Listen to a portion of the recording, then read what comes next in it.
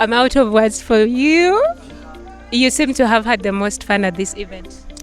Yes, because right now I'm coming from, we had a paper mache session where we are creating sculptures with the kids, and they decided like, Uncle Brian, we're gonna make you more beautiful. So they were like, we're gonna paint on you and make you more beautiful. I think I look beautiful. Yeah, you do. Absolutely. So, how exactly would you say this, would you call this that you've been experiencing with the kids? We have Mbao, which is an installation that is an inspiration from a matatu. We call them matatus in Kenya, the mini buses. Here you call them taxis. Yeah. So it's an imagination of a matatu and trying to create a space where people can come and have activities, as a community. The same thing we did with the kids, them being there and doing that session, the painting session. So that's what Mbao is all about. Yes. So why a matatu per se? Matatu? Because matatus are the first social place where people meet in the morning. So when you're leaving your house, the first place you're probably gonna sit next to someone, and whether you talk, you don't talk, it's a matatu. So always reimagining the matatu as a space, as a performance space, as a space where people can get to share and talk.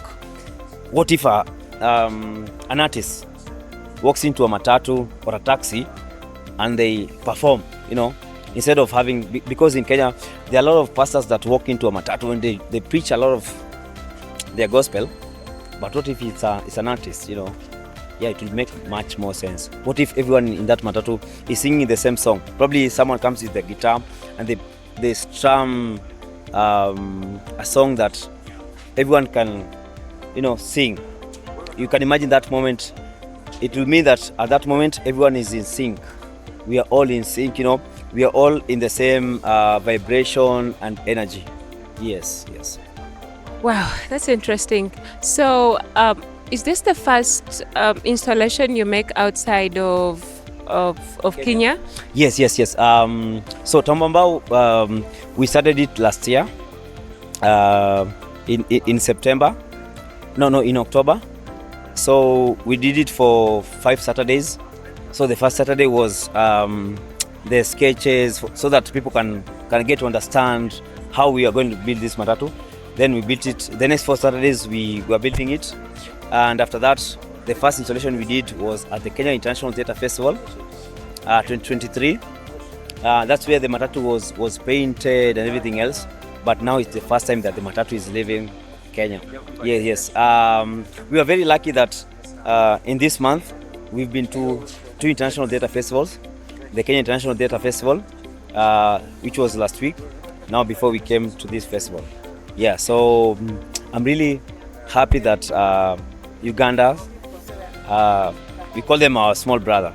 Yeah, they are the first one to invite me to their festival, which means a great deal to us, Okay, so how would you say that your experience doing Mbao and also having that installation at a festival in Kenya and a festival in Uganda, how would you say that has shifted your perspective about theatre generally, about art, about experience as an artist, or even for the audience? How has that shifted your perspective? Something about Mbao is that it's a very collaborative space. So by having that installation, it becomes very easy for me to start conversation with other artists who are like, I'd love to use your matatu for this and this, but should I call it an idea? Yeah, so what it has done for me is connect me to more artists than I'll have met. If probably I didn't have the Mbao, one, I wouldn't be here. I'm here because of the Mbao. So it has opened doors for me.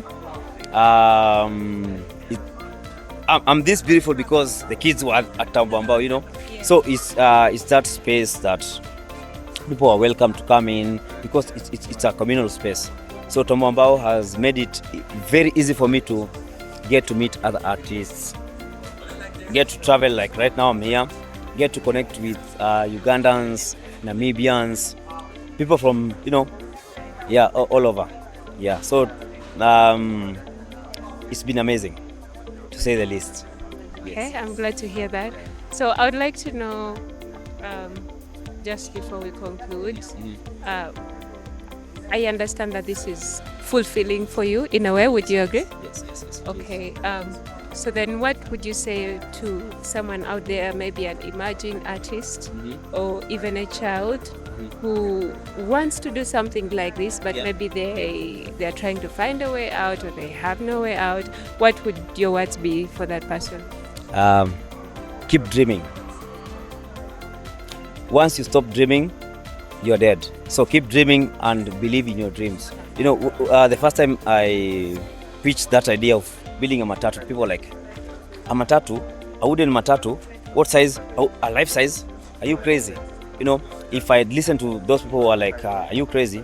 I wouldn't have done it, But the fact that I believed in my dream and I kept on selling the dream to people, and they were like, oh, we love it and we want to support you. That's all. You just need to first believe in your dream. And when you do that, it's very easy for you to sell your dream to other people. But if yourself, you do not believe in your dream, no one's going to buy it. Okay, that brings me to one more question. Is this something that you've been doing for a long time, like the arts, or it's something that you just woke up at one day and maybe you're tired and you're like, today I'm stepping into my purpose or my calling, or it's something that you've groomed since you were a child? Since I was a child, the first sets of skill that I discovered that I had was I could draw and paint. So over the years, I kept on learning more skills because in art, you can be talented, but if you do not work on your craft, then definitely you're not going anywhere. So you need to keep on working on your craft. So when I was young, I discovered that I could draw. Then later, I discovered that I could act. And you keep on adding onto your, let me call it, portfolio.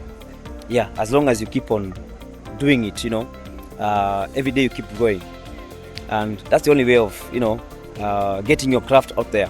If the same way the Bible talks about you lighting a lamp and probably hiding it.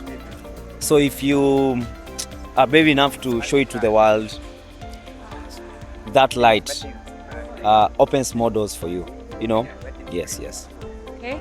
Thank you very much, and welcome once again to the Kampala International Theatre Festival. And just before we close, you're going to share with us your name again and your installation, and just one last word for someone out there. So my name is Irungu. I am a scenographer.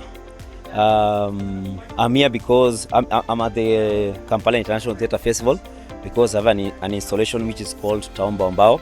So Mbao is a reimagination of a minibus. We call them matatus in Kenya. You guys call them taxis in Uganda. But it is that space that has been reimagined as a theatre space, a communal space where people can sit and share, where people can sit and paint, like tonight we have karaoke there, and we're also gonna have an open mic. So it's just that it's a safe space for artists and anyone else who's an enthusiast of art. Yes. Wow, thank you very much. Thank you as well for having me. All right. Thank you so much for agreeing to come and show us your art at the festival. Thank you. All right.